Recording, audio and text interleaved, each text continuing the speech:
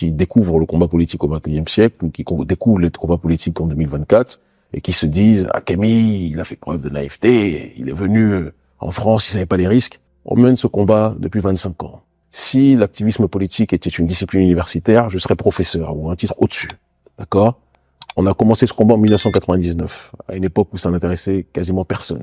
Et on a gravi les échelons d'une audience groupusculaire jusqu'à une audience où on est aujourd'hui suivi par des millions de gens, et on est dans la sphère panafricaniste les plus suivies du monde francophone de très loin, et peut-être, de manière cumulée, du monde noir global. Nous, quand nous décidons de venir rapidement à Paris, voir nos proches, moi les miens, par rapport à mon aîné qui est malade, sur lequel j'ai déjà assez parlé, je ne vais pas encore m'étendre, on calcule les risques et on se dit, on sait très bien que les autorités françaises nous ont dans le viseur. Si on nous arrête, comment on planifie, comment on stratégise les choses? Tu t'y attendais un petit peu, quoi.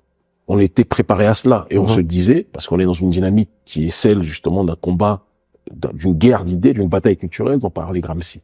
Toute action que le système néocolonial mène contre nous est une action qui servira en réalité à la propagation de nos idées et à l'accentuation, à la consolidation de notre agenda.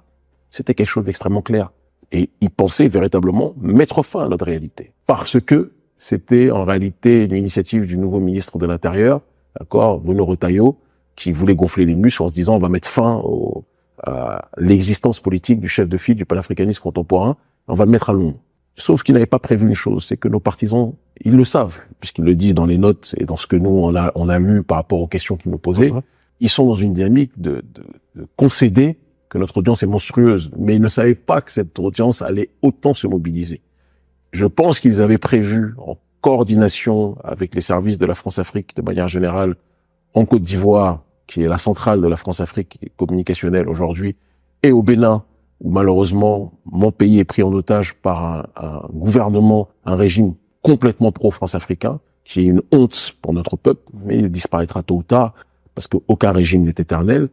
Et donc, ce sont ces cellules de communication qui ont envahi l'espace numérique lors des premières heures de mon arrestation, parce qu'elles étaient au courant de ce qui allait se passer, et qui ont essayé de tourner en dérision l'arrestation, en disant « Mais qu'est-ce que Kémy Séba fait à Paris, lui qui est anti-français ?» J'ai jamais été anti-français. Et donc, les nôtres qui n'étaient pas au courant, parce que c'était une visite qui n'était pas annoncée dans le cadre de meeting ou autre, ont reçu l'information par le biais des réseaux de communication france-africains qui tournaient en dérision, justement, la communication au sujet de notre arrestation.